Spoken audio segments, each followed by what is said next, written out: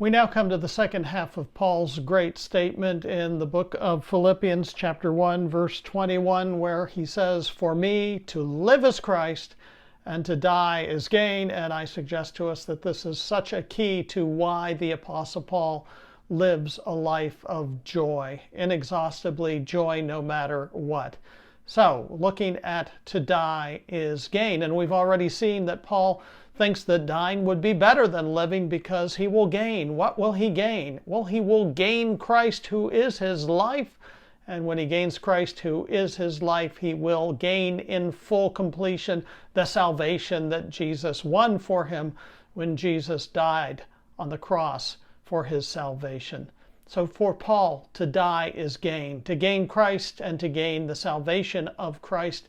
And if we are Christ followers, we need to grow in this understanding as well, so that we need not fear the grave.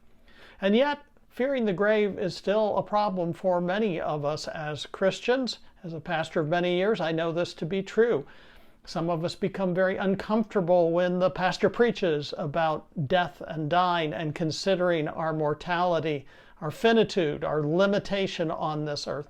Some of us may be uncomfortable that it's being brought up in our devotional series, but I think it's for the best because the Apostle Paul knows that it is a key to our joy. To die is gain, says the Apostle Paul. You know, I am reminded of this in terms of one of my ancestors, my great-great-great-grandfather, William Henry Locke, was a chaplain for the 11th Brigade of the Pennsylvania in the Civil War. And he was president some of the most awful battles: Chancellorsville, Bull Run 1, Bull Run 2, Antietam, and he was actually captured at Gettysburg. And he regularly saw his soldiers facing death regularly, the cannon fire, the bayonet, the shots whirring over the tops of their heads, or taking their very lives itself.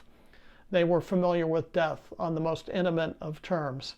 And what William Henry Locke would preach to and tell his boys as they were out there on the line was that they needed to have Christ as their life, to trust in Christ, to believe in Christ, because their death could happen at any point. Were they ready to face imminent death in the midst of battle and warfare? Well, that will put it into relief for someone, won't it?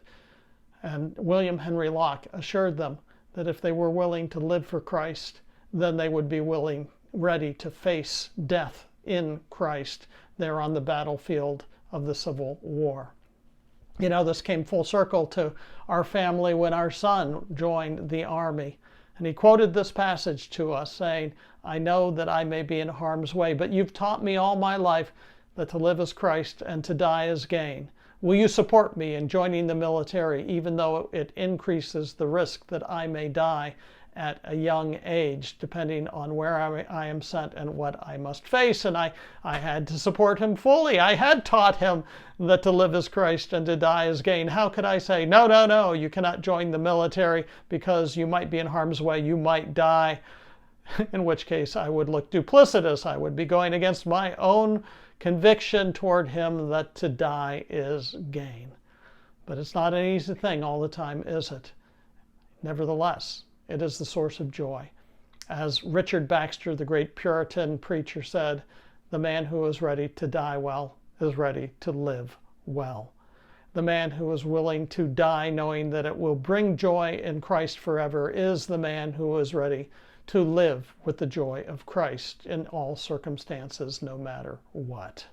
That's a challenge for us, isn't it? It's a challenge for me, but let us not dodge it. Let us embrace it, because indeed, it's the invitation to joy. We'll talk to you next time.